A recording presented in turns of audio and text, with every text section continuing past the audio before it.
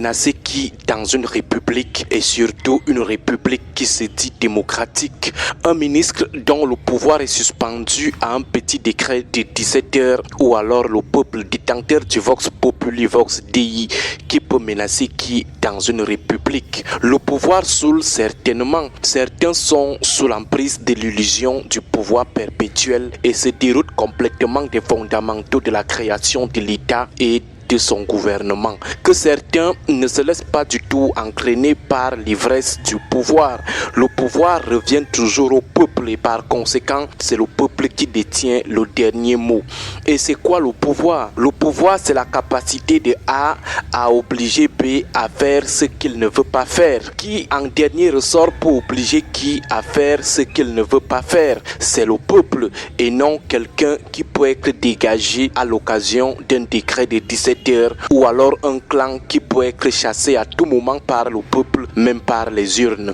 C'est ça la puissance du Vox Populi Vox Dei. Le Dieu dans un État, dans un pays, c'est le peuple et personne d'autre.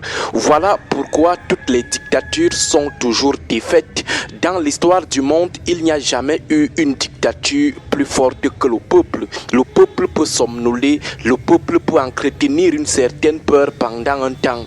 Le peuple peut vous laisser faire, le peuple peut se laisser distraire, il peut être discret, mais à la fin, il finit toujours par imposer sa dictature, son pouvoir et sa puissance. Que ceux qui sont meurtris par l'ivresse du pouvoir, endiablés par l'illusion du pouvoir perpétuel ou éternel, le comprennent. Aucune dictature n'a encore jusqu'ici réussi à gagner un peuple. Lorsque le peuple se décide, vous êtes mort. Même si vous êtes Staline ou Hitler, Louis XIV, vous partirez seulement de gré ou de force. Concernant le cas spécifique du Cameroun, certains estiment que le peuple ne peut rien, il est mou, les Camerounais sont mous, ce sont des peureux. Peut-être parce que ce peuple n'a pas encore pris la décision qu'il pense qu'il est mou. Les fractionnements communautaristes n'ont jamais empêché la décision d'un peuple.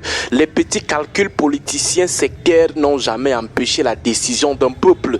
Et la décision d'un peuple peut intervenir à tout moment. Les Camerounais ne sont ni peureux ni faibles, jamais. Ils sont pour le moment désinvoltes. Jusqu'ici, ils n'ont pas encore bien dégagé unanimement une alternative sûre. Beaucoup ne sont pas encore convaincus par une alternative. Voilà le pourquoi de la peur de l'impasse. Ils redoutent encore l'impasse.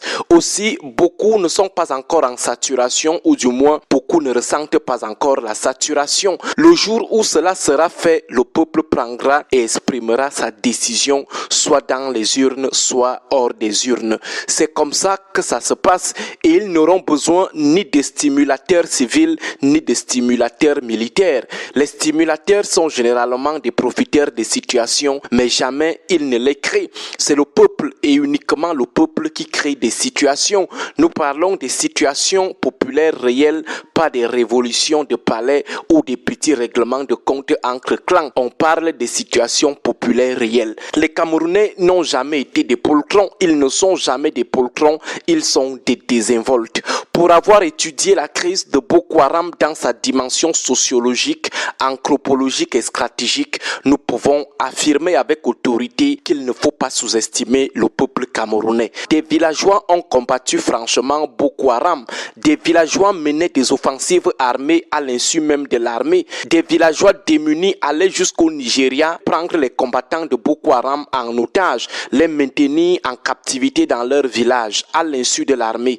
Les Camerounais ont été engagés en milliers dans les deux camps. Des civils peureux ne s'engagent pas avec une telle facilité dans des combats armés et surtout dans des guerres asymétriques. Et même dans la résilience, les Camerounais sont résilients, c'est-à-dire endurants. Ne confondons donc pas l'inaction à la peur ou à la faiblesse. Un autre exemple, et sans toutefois le cautionner, ce qui se passe en zone anglophone depuis 2016, on peut aussi prendre ce cas pour démontrer que l'État impérial que les fondamentalistes chantent à Yaoundé découle aussi de la méprise de leurs limites à eux et par ricochet de la méprise même de la détermination des outsiders lorsque qu'ils ont déjà pris la décision. Qui avait imaginé cette crise durer?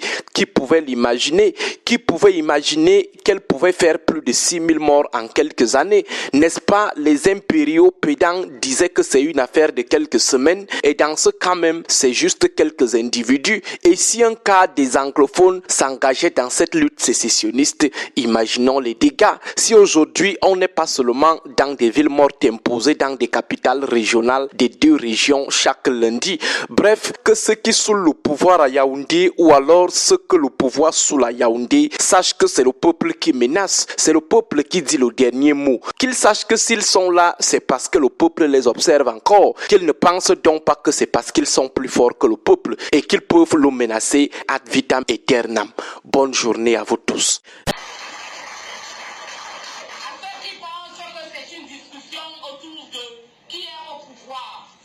Je voudrais que vous regardiez ce visage.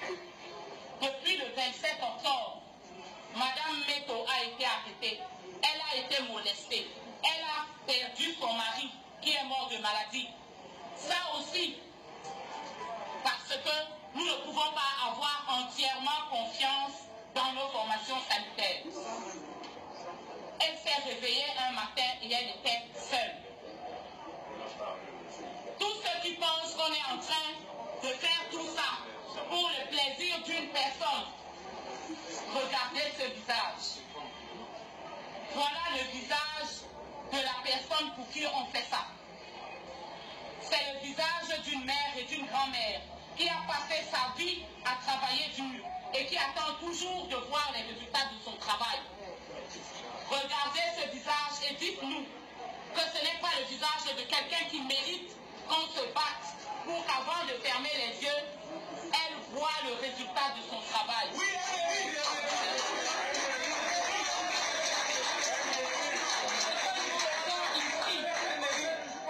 que nous faisons ici, c'est ça.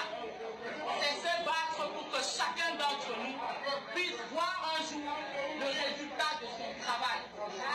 Et si ça veut dire que l'on descend dans la rue, alors on descendra dans la rue.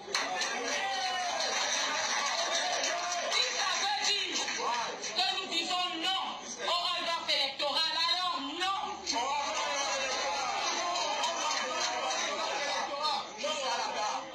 La République du Cameroun est notre chose à tous. Et chacun d'entre nous a une voix. Et elle est importante. Et chacun d'entre nous va faire entendre sa voix. Peuple!